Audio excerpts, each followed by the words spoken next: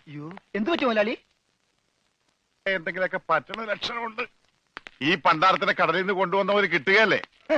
ഈ കിട്ടിയതൊന്നുമല്ല, ശരിക്കുള്ളത് കിട്ടാൻ പോണേ ഉള്ളു. എന്താടാ ഈ കിടക്കണത് ആരാണെന്ന മുതലാളിയുടെ വിചാരം? ലക്ഷപ്രഭുവാണ്, ലക്ഷപ്രഭു. പിന്നെ ലക്ഷപ്രഭു കടലിലല്ലേ കിടക്കുന്നത്? കിടക്കും, ചില ലക്ഷപ്രഭുക്കൾ കടലിലും കിടക്കും. വിശ്വാസം ഇല്ലെങ്കിൽ ഇതെന്താണെന്നൊന്ന് നോക്കിയേ. ഇതെന്താണെന്ന് അറിയാമോ? ഇത് കല്ലാസ്. കല്ലാസല്ല, കള്ളാസ്. അവന്റെ പോക്കറ്റിൽ നിന്ന് കിട്ടിയതാ. അവന് കിട്ടാനുള്ള തുകയുടെ ലിസ്റ്റാണിത്. ലക്ഷങ്ങൾ വരും, ലക്ഷങ്ങൾ.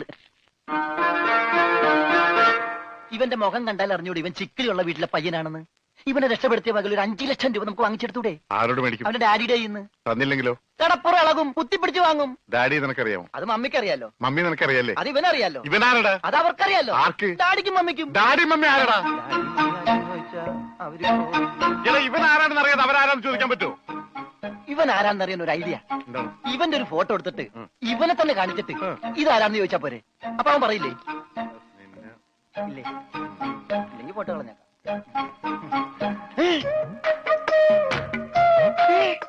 വന്നു. ആര്? ബോധം. ഭൂതോ? ഭൂതമല്ല, ബോധം. കണ്ണൂരിൽ ചിരികാട്ടില്ലേ? മോനെ, നീ ജീവിച്ചിരിപ്പുണ്ട്, മരിച്ചിട്ടില്ല. നിന്നെ രക്ഷിച്ചത് ഞാനാ. ഞങ്ങളാ.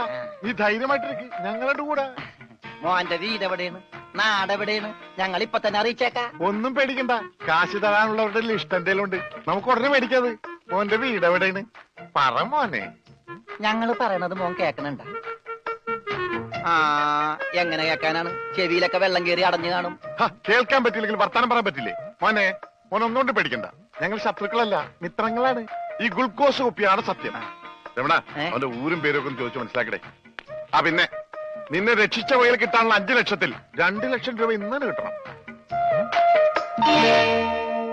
ബോധം പോയി. ബോധം പോയാ? പോകുമല്ല. ബോധം വന്നപ്പോ എന്തായിരുന്നു ബഹളം?